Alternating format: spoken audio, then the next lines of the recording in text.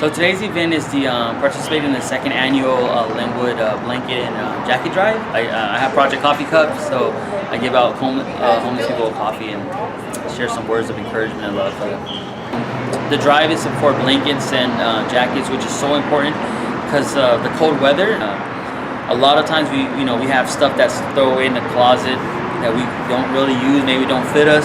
So we wanted to do this so people could bring some of those items that they don't use a lot, but it could be a blessing to someone else. Project Coffee Cup started in 2010, and 2015 we became official nonprofit.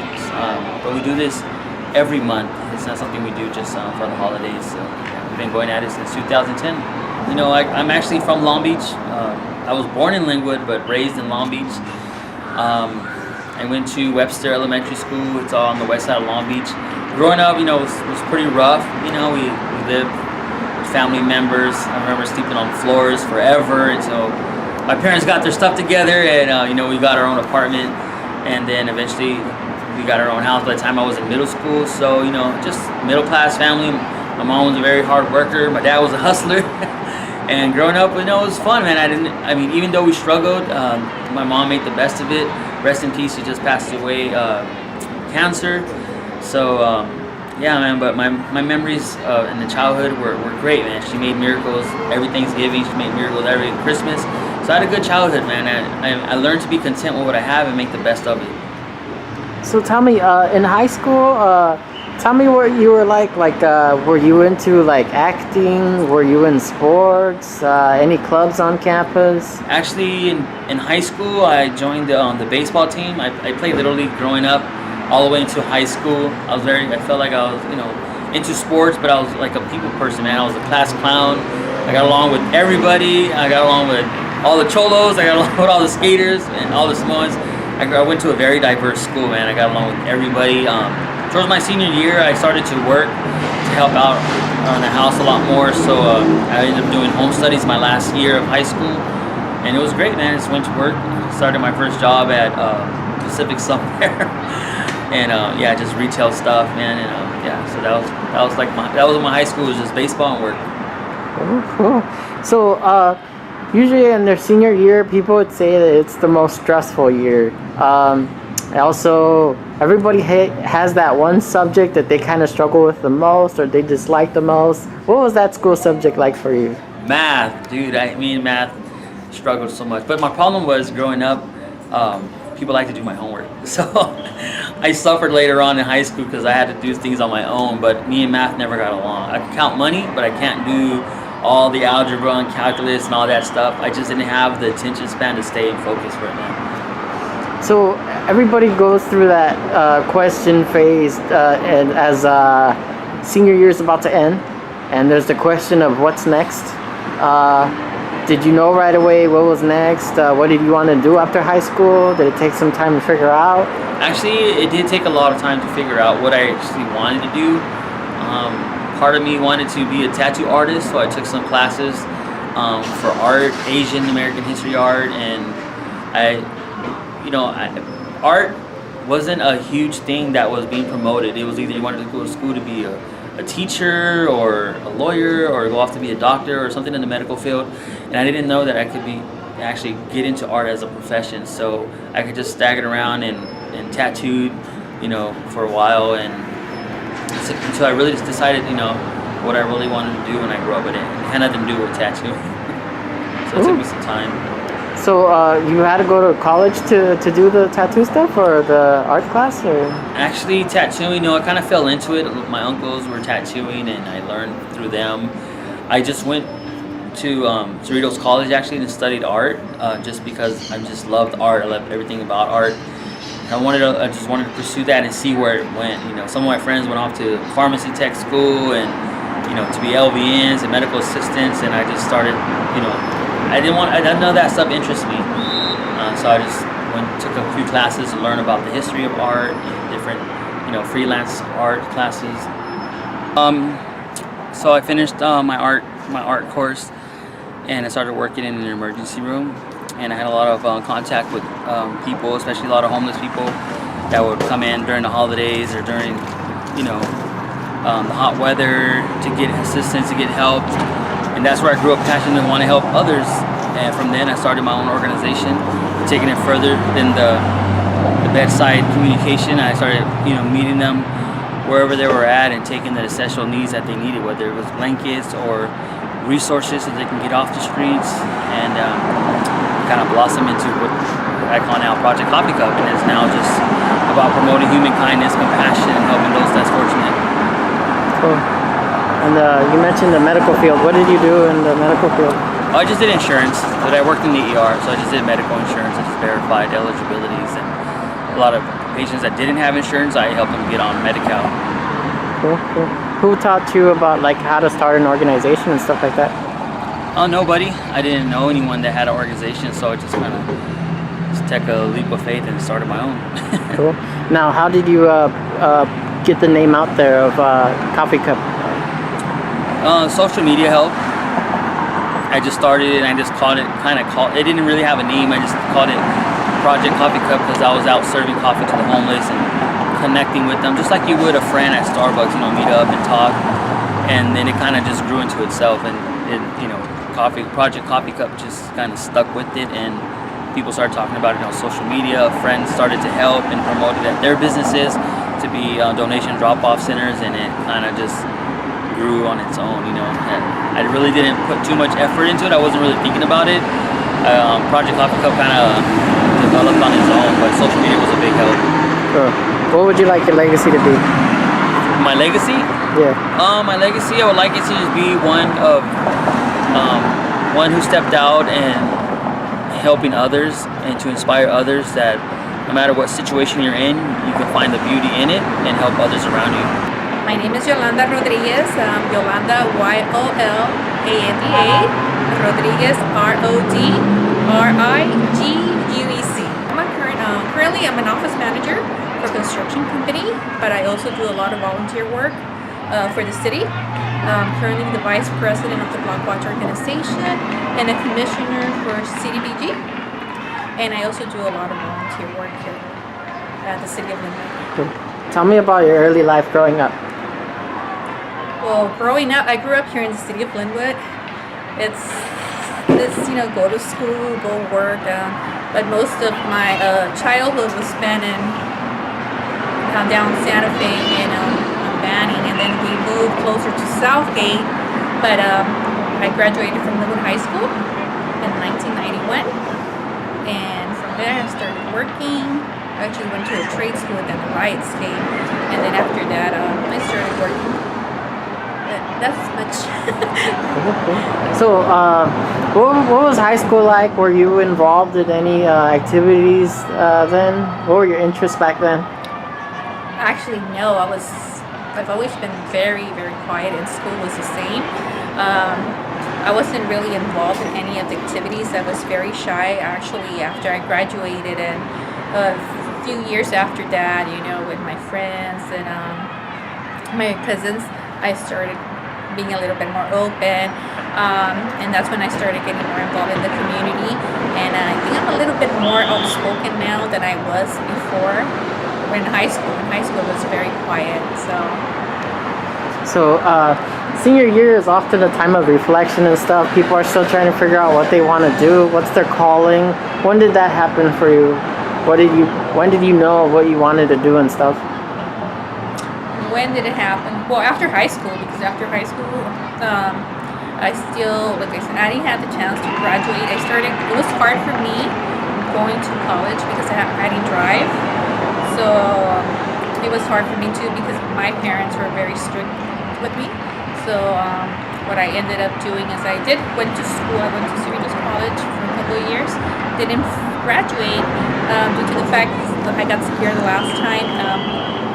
I used to take the bus, so I used to work full-time, plus go to college, so I got up at a point that I was getting the bus around midnight. So for me, it was, due to safety, I wasn't able to continue. But then, I took some training, some classes here and there to the high school or to local trade schools. And then from there, I learned that my calling was to help the community, to get involved in the community. So tell me your earliest stuff that you got involved in and stuff and leading up to where you are today. with a block watch. I started with the block watch, and then from there, I like to help the homeless. So if I would hear about events of people, doing that they needed help, I would come and volunteer. And all of this has been volunteer. So I've been doing. They started with the LA County does the homeless count. So I would do that too. I would be coming to the block watch meetings once a month, and then from there, they would let us know that they were having the homeless count, and we used to do it every 2 years. And now I think it's every year. So that's how I started getting more involved. And then I started coming to city council meetings and so on. Meet people and join them and do productive things that will be, how can I say it? Well, not benefit. Something good for the community, helping others. And when you say helping and being a volunteer, not expect something in return. Money-wise, or I did this, now you have to do that. Whenever you do a volunteer work, it's because it's something that you love and enjoy doing. Tell me about becoming treasurer. Well, I became the city treasurer. I was appointed the city treasurer. I was the city treasurer for 2 years. It was a great experience, and unfortunately, I wasn't able to run for re-election due to health issues. Thank God, I'm doing well now. So hopefully in the near future, I'm able to run for office. Okay. Tell me your name and spell it. Martin Chavez, MartinChavez. Cool. And occupation? Campus Safety Officer for the City of Lynwood Unified School District. What was growing up like? Your school years and all that.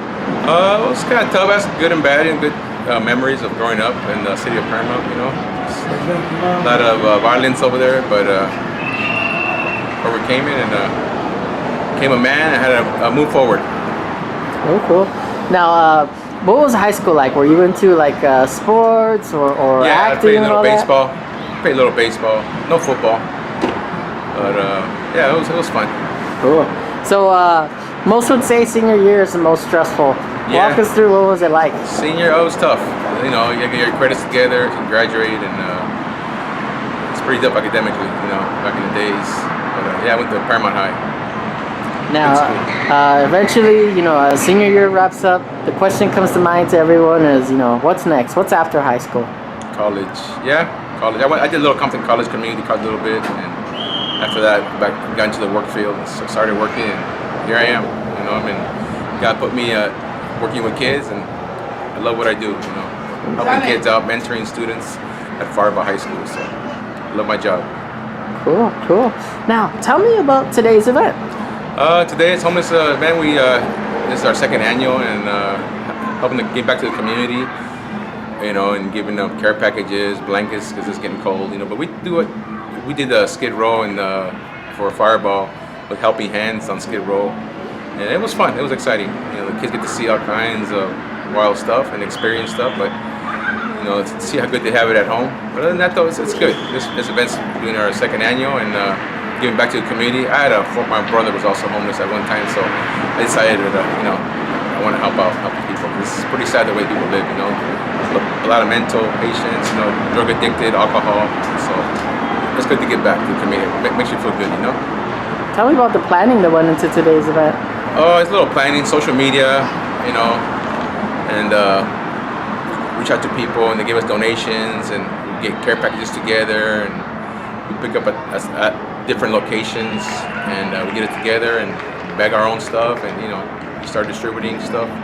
Like Saturday morning, Helping Hands also helped us out, donations, and Jacob, Project Coffee Cup, and stuff like that. We all come together and make it happen. Hi, my name is Jackie Espinosa. I live here in the city of Lynwood. I was born and raised in Lynwood, and I volunteer a lot of my time with community engagement, doing positive work. I also participate in school commissions and also city commissions. Well, tell me life growing up. Life growing up here in the city of Lynwood was a little tough. My background, my mom was an immigrant, didn't speak the English language. So as I was growing up, I had to do a lot of the stuff that adults do. Translation for parents that don't speak English. I also helped take care of my brothers and sisters. I learned to cook at the age of 9. I worked at the really young age of 12 years old. So I think that ever since I was young, that was instilled in me because I was always helping people. And then as I went to school, I also participated in a lot of like clubs, Lynwood Mecha. I was part of that. I was helping hoopies. So I did a lot of events in the school. And then from there, once my daughter, grew older, I participated in Lynwood Middle School, PTAs, and also, continued from there. So all my life, I guess I could say that I've worked, and I like to work with people and help people. So high school, most would say that senior year was the most stressful. What was it like? High school was very stressful for me. I went to the old Lynwood High School. Like they say, back in the days when I was going to school, there was a lot of racism, I guess, against the Latinos, the Hispanics, or the Chicanos. We had a lot of riots at Lynwood High because this was the time where a lot of the Hispanics were coming into the community. Our parents didn't speak English. We spoke English. It was a time when we went to school in elementary learning Spanish, in kindergarten and first grade. And then once you were in elementary, middle school, you couldn't speak Spanish anymore. So there was a lot of that. This is where you start with the issues with the students or the kids speaking English, not being able to communicate with their parents in the Spanish language. So it was a struggle because there was a change in the community. A lot of the Hispanics were moving in, and other ethnic groups were moving out. So I think it felt like there was a threat because we were all coming in and our families were getting bigger and there was a change. I saw a lot of walkouts. I graduated in 1994, so I went through a lot of the walkouts. Just a lot of things. I could tell you that it was a struggle for me going to high school and the time I lived here during that time. So oftentimes, as senior year wraps up, lots of people they question, what's next? When did you know, what was next after high school? I didn't really know. Everyone wants to go to college because it was 5 of us. We needed to work. My mom was a single mom. So I didn't have the leisure to say, hey, I'm going to go to college. I'm going to graduate and get a bachelor's degree. My thing was as soon as I turned 18, because even before that, I was already working. How do you help in the household? As a female, we're the ones that have to clean, take care of your brothers and sisters, and then now, work and help out. So when I turned 18 and graduated from school, it was like, what kind of job am I going to have? How am I going to help support? I ended up going to college after, years later after I had my daughter. So I did everything the opposite. Were you shy at first? Did somebody talk you into getting involved? How did it happen? Oh my gosh. It was, I got involved because it was kind of like an accident.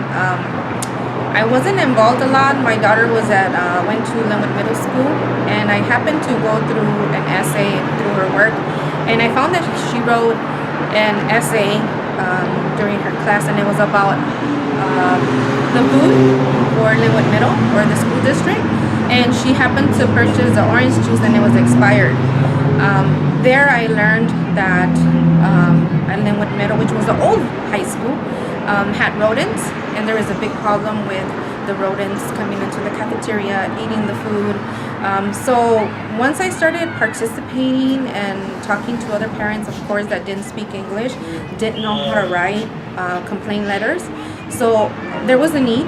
So once again, I started getting involved, writing these complaint letters to the principals, to the school district, and that's how I got involved. I was their voice. I was the voice of the parents that didn't speak English and couldn't write. So that's how I started. So it's kind of like an accident. I went in for a meeting, and since then I kept coming and just started getting involved in different things, different areas. And how did the commissions happen? I did it because I think the first commission I was involved was personnel commission for the city of Lynwood. Someone had asked me, it was Mr. Ramon, he had asked me if I was interested, and I figured, hey, why not? It's a commission, why not? So I did. I did it for many years. I liked it, and then I also did personnel commission for the school district. I did it for a term as well. And then I'm also Measure K, Measure N vice chair. I've done that for I think 2-3 years already. So I like to participate in commissions that are positive and ask questions, how the money is spent. A lot of the times in these commissions, you don't really have the say-so and tell them how to spend the money, but you can give your opinion. You're kind of like the person that takes the information to the community. So that's how I started getting involved in commissions. What would you like your legacy to be? I think I've never really thought about it, but just for people to remember and say, hey, when they talk about me, to say I'm the type of person that I've worked in like positive stuff. Even for like my children, I want them to remember that I've always gave back to the community. I love community engagement. Just to remember that I was a person that grew up through different phases of life. And I learned throughout the phases of life different events that I went through that taught me how to be who I am and how to give back and not always worry about is it a title or do I get recognition. It's something that I love doing and it's my passion. Tips for people that want to get involved but they're too bashful. You can get involved by not always being in meetings or participating in commissions and always being like in the spotlight. For example, like when you host an event, let's say we do a homeless drive. The day of the event, just show up, come and help set up, stuff like that. You don't have to be involved from first point to the end, just the day of. So not be shy. There's a lot of need in this community. There's a lot of people that need help. And I think by us just participating, there are certain groups of people that like to give back and participate. They don't like to be part of the whole drama, the whole politics, So just the day of the event, if you feel comfortable, helping out and cleaning up, setting up, do a little bit. Every little bit helps. An hour, 2 hours, 30 minutes. So. Can you tell me your name and spell it? Dolores Stubbs, DELORES STUBBS. Occupation? I'm a State Farm agent for the city of Lynwood. Tell me about today's event. Oh my goodness. Today we focused on the homeless and we rounded up donors, people who donated, and we gave blankets, food, sweaters, socks, coffee, water, clothing to the homeless, and we also not only did they come to our event here at the park at Lynwood Park, but we also went to them. So it's just so heartbreaking, and also what do I want to say to you? Because I get so emotional seeing homeless people, because homeless could have a different meaning for different people, but it's just an awesome event. How much planning went into it to make it possible? You know what? Maybe a few months, a good 4 or 5 months. And I also want to thank the donors, because it took not only clients but business partners, friends, family that came out to donate, and also friends that are here donating our time to be able to make this event a good day. And how about like the process for like when they were donating stuff, where to take it to and stuff like that? Well, as far as donations, those came from different places, but we also took it to the homeless. We went to the park, we went looking for homeless people that were still asleep. We woke them up. People who came, we asked them to go and get their friends, because they all have their groups of friends that also invited those friends to come and grab, whatever it is that they needed. I was wondering, tell me about, your life. Like, tell me what was your school years like, stuff like that. Okay, so part of my bio and my background, I actually, I'm a Lynwoodian. I grew up in Lynwood. I've been here since I was 7 years old. Went to Wilson Elementary, also Hostler Junior High, and I graduated in 1993 from the original Lynwood High School. Got married, brought my business back to to Lynwood years later. So I feel that I'm giving back to the community, in addition to being involved in the city and giving back to the city of Lynwood. So tell me about high school. Like I know that some people they were involved in like maybe acting or art or drama or anything like that. Were you involved in any activities during high school? You know what? I wasn't. I was not involved in any activities because I had a full-time job, and I also went to school. So didn't do any of the school activities because I had no time. But I did graduate from Lynwood High.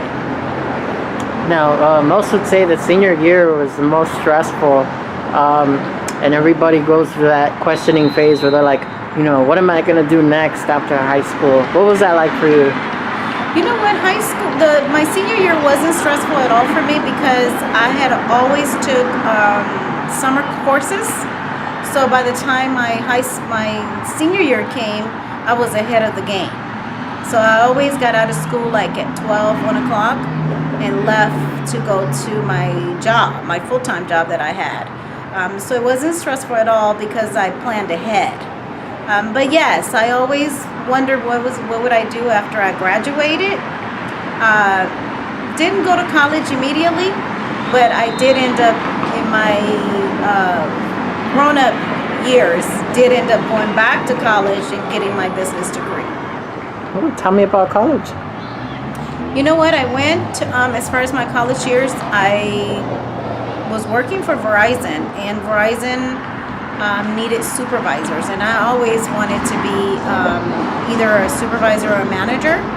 So Verizon demanded supervisors or managers with degrees.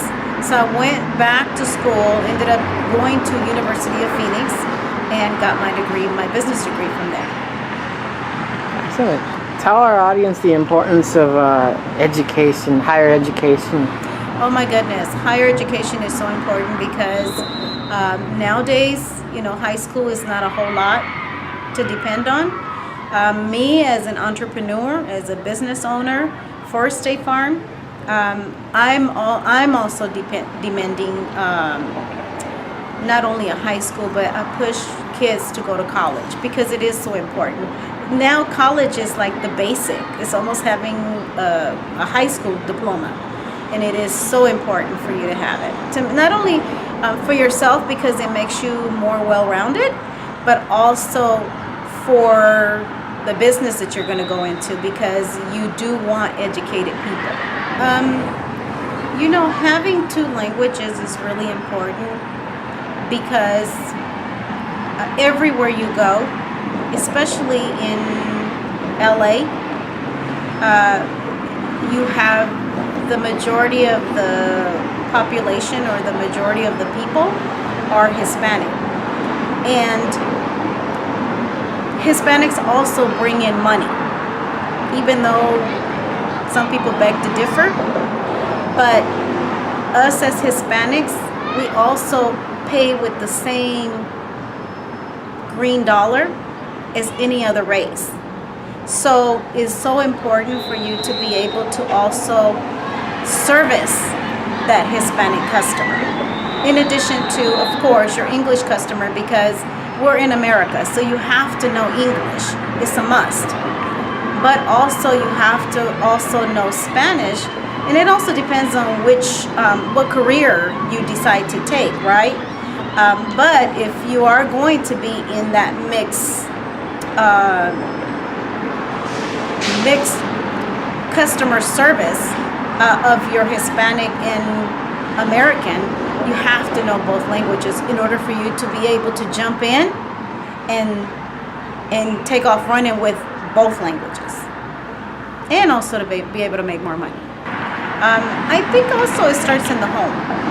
right? So if you are coming from a Hispanic background, it's so important for the parents to be able to still push and speak Spanish at home. As far as English, we often say that eventually we're going to catch up and get it, but English is complicated because not only do you have to learn how to speak it, maybe speak it without an accent, but also comprehend it. So I think both languages are important.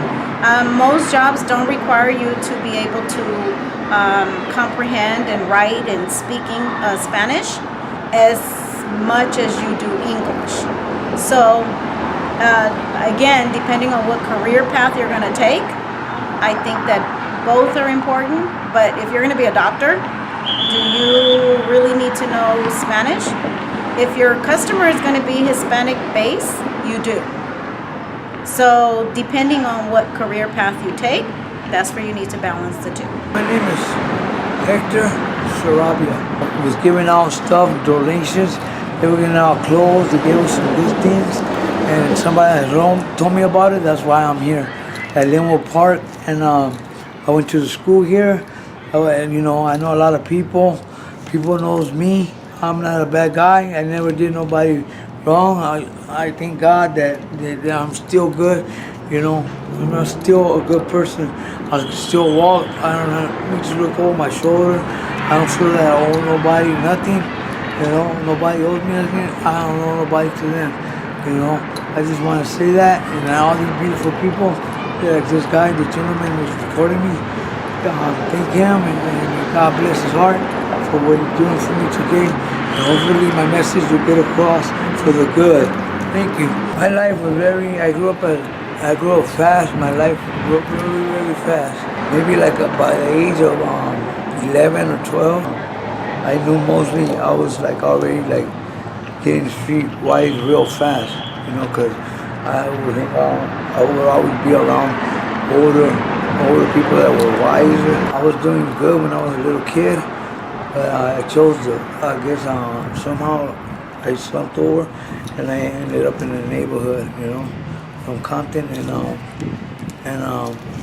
things started going, you know, of course, very different. I started going to, you know, prison, started using drugs, going to prison and everything. But I just wanted to say to everyone that's out there, you know, for the kids mainly, the mothers and dads that are out there, you know, to try to not to get involved in stuff like that, drugs and stuff like that, and, you know, try to listen to your parents, try to be good and pray at night, and hopefully life will be good for you guys, for all these kids nowadays that know that new generation is out of control. They don't respect their parents, they don't respect nobody, they try to do what they want. I just want you guys out there, if you see me on the internet or wherever you guys see me online or whatever, my advice to you guys, to anybody in the world, try to, you know, keep peaceful, try to keep the peace, try to respect, you know, the next person in front of you, because we're only human beings. There's always a bigger person, bigger than us. You know, we're not all that. None of us are all that. You know, we all bleed the same. We're all, you know, we're all the same people. We just do different things. You know, people choose to do different things. Some people choose good things. Some people choose to do bad things. That's all it is. But we're all the same color. You know, hopefully, you know, I for myself, I can only speak for myself. And hopefully God will take care of me and Jesus will protect me and move forward, and hopefully that I'm going to try to change my best for my loved ones that I have left. And I would like to say hi to my sisters that I have left, my family, my blood, and my mom, and my nephews and nieces, and all whoever's listening. I would like to say hi to you guys, and may God bless you guys, and may you guys have a nice day, have a nice future. I could just leave you guys with that. I think I could tell you, you know, they don't hit kids like they used to hit us when we were little. You know, all kind of things change, you know. But I'm not no one to judge, but as we're moving in the future, I mean, as we're going, in the future, I can't say nothing. All I can say that I'm blessed, I'm happy that I'm still here because I feel that I lived a lot of life. Jesus has picked me up from the worst. I'm not the worst like I used to be. I've been out 11 years. This year I've been out of prison and everything. 11 years. I discharged my E number, from 1989 or whatever to 2007, and I've been out ever since. I had a girlfriend, a nice girlfriend that carried me out. Her name's Gloria Gomez, and she's from my neighborhood as well. She's older, and she doesn't use drugs. She's not into none of that. She changed me. I feel that she did because I didn't go back to prison. I didn't do nothing. I'm out here still. I mean, I still drink my beer and stuff like that, but I didn't go do the things I used to do, like carry guns or maybe steal and stuff like that, or else I'd be in prison right now. It wasn't basically of her. Maybe because of her, she changed me. I don't know if she'll see me online with this. Her daughters maybe as well. I'm not mad at nobody in her family. I'm not mad at myself. I'm trying to take care of my mom right now as we speak. I'm the last son that's standing besides my two loving sisters that I have and my beautiful nieces and nephews that I have.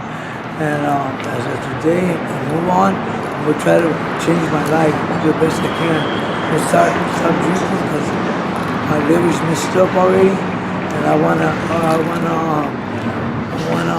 at least what I really want is that the day that, God picks up my mom or people, my loved ones that I've left, that I will be sober and they will be happy when they leave. And I'll be here, and maybe she'll be happy. My girlfriend will be happy, and she'll be happy. My mom, my sisters, my family that I have left, and the friends that I have out there. And I'm trying my best to change, and I'm just trying my best. I'm not like I said, none of us are perfect, but we're trying. I'm trying at least, and I'm gonna try to keep moving forward and stay strong, and keep praying to the manifestors to help me to keep going forward. And I ran into this gentleman right here. He told me I could do an interview with him, so here I am doing it. Amen. I love Jesus, and I pray for everybody out there to do good, and for myself as well. Thank you. My name is Hector Sarabia.